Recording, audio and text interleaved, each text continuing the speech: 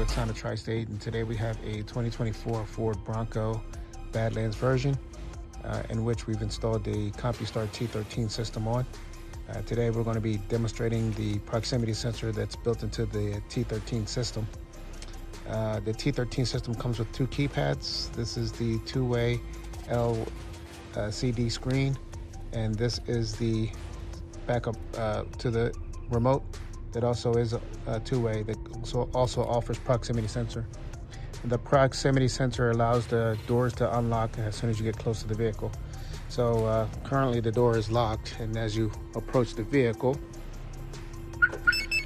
the doors typically unlock. Arm disengages, alarm deactivates, and then you can enter the vehicle and start it up.